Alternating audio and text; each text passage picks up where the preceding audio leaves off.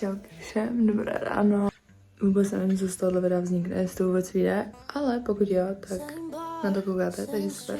Je nějakých 6:45 ráno, já před chvilkou vstala a jedeme do školy. Vezmeme asi auto dneska, protože jsem rozmazlená a chci být v teple. Jinak fitček. Date with Ray, tričko, z Miss Possessive Tour a basic modré džíny.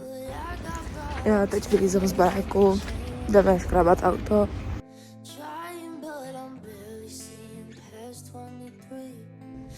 Dojeli jsme. Byly to trošku nervíky s parkováním, ale nakonec, jak nic. Můj soulmate Kaja dneska nejde na 1. hodinu, protože mi odpadla. Takže asi půjdeme rovnou do školy. Jsem fakt zvědavá, co se dneska bude dít, protože na dnešek žádný plány nemám. To asi dopadne tak, že přijdu domů a půjdu sprinkat, jako vždycky, takže z tohohle dne nebude vůbec nic. A nebo se stane nějaký zázrak a budu moct někam jet, nebo se jít někam na mýty a tak.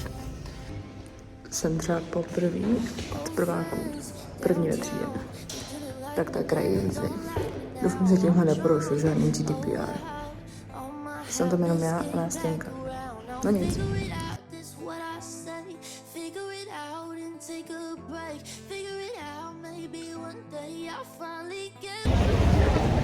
Jdeme domů. Čauky. Máme po škole, dojela jsem domů. No, potřebuji se napřít něco na Ainu. Ale jinak jakoby free day. Mohla jsem si vybrat asi nějaký lepší den. Ale tohle je realita, tohle je jak student maturitního ročníku prožívá svůj den. Aby bylo jasno, co já dělám ve volném čase, jo. Abyste jako pochopili, proč já jakoby nemám co vlogovat. Tak buď spím, nebo si píšu deník, nebo se učím, a nebo koukám na streamery, nebo tak. Anyways, doma mám si asi novou kérku, takže na to se velice těším. Mohla bych někdy hodit nějakou tu tattoo tour. Nejsem jistý, jestli to je dobrý nápad to říkat nahlas. No, tak to Vozívám se po x hodinách, protože samozřejmě to dopadlo, takže jsem si dá nepík. Spíš takovej zimní spánek. Já se jdu teďka ještě asi najíst, osprchovat se a pak se musím kouknout na tu Ainu. Takže se vám ozvu později. Zítra by měl být trošku zajímavější den. Máme krátkou školu a po škole pak asi někam zajedu na oběd a potom půjdu na zaučení na brigádu.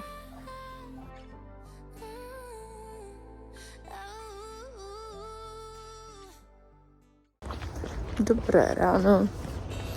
Dneska trošku jsem nestihla nic točit doma. Jdeme na auta, jdeme do školy, klasika. Dojeli jsme. Byly to nervy dneska to bylo na hovno. Sice jsem mohla se parkovat možná blíž, ale nechtěla jsem to riskovat. Takže jsem se našla skvělé místečko a jdeme do ústavu. Dneska nás čekají jenom 4 hodiny, máme do 11:25 nebo něco takového. Takže paráda.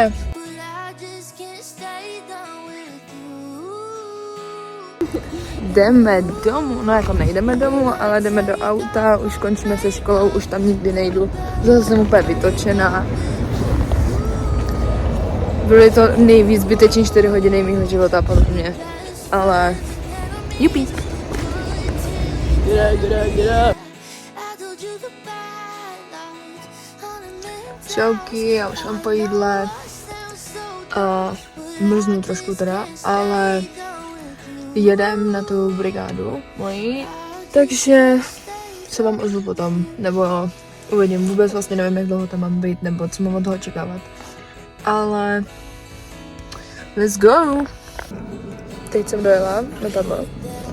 dojela, jako tak to bylo crazy, jako vymotat se. Ještě nejsem tak profesionální řidič, jak jsem čekala asi. Čauky. Zdravím všechny.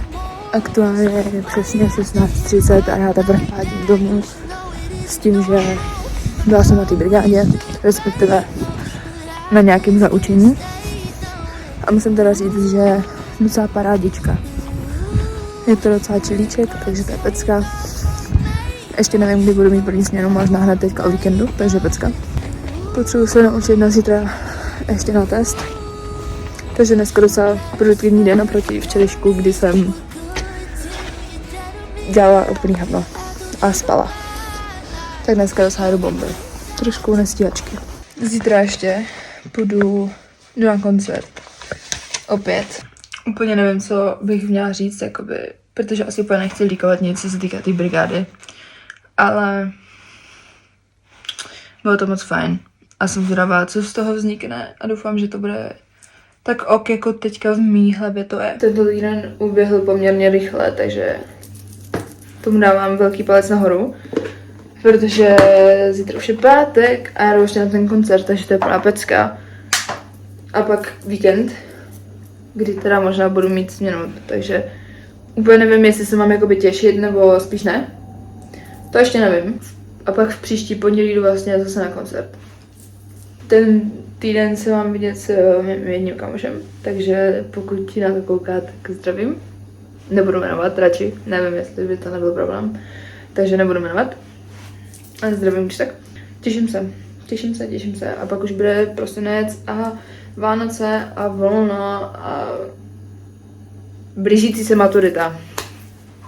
Jinak z dnešního testu z angličtiny, co jsem psala, včera jsem se na ně učila, hele, tady v tom vlogu. 1 jak nic. Dáme si Red Bullek.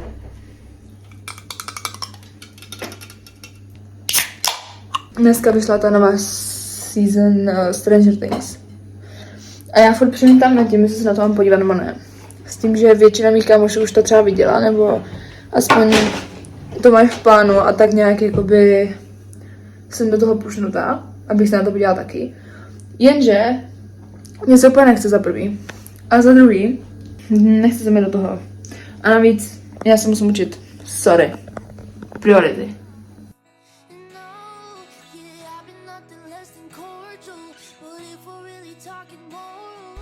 Čauky.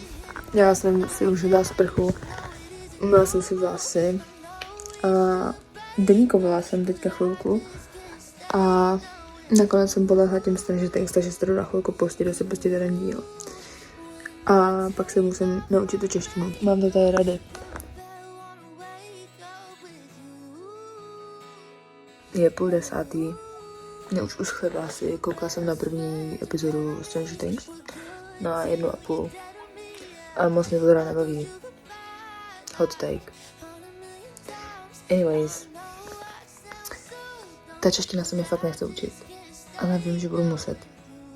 Takže bolest, ale... A nakonec jdu o víkendu do té práce, takže wish me luck.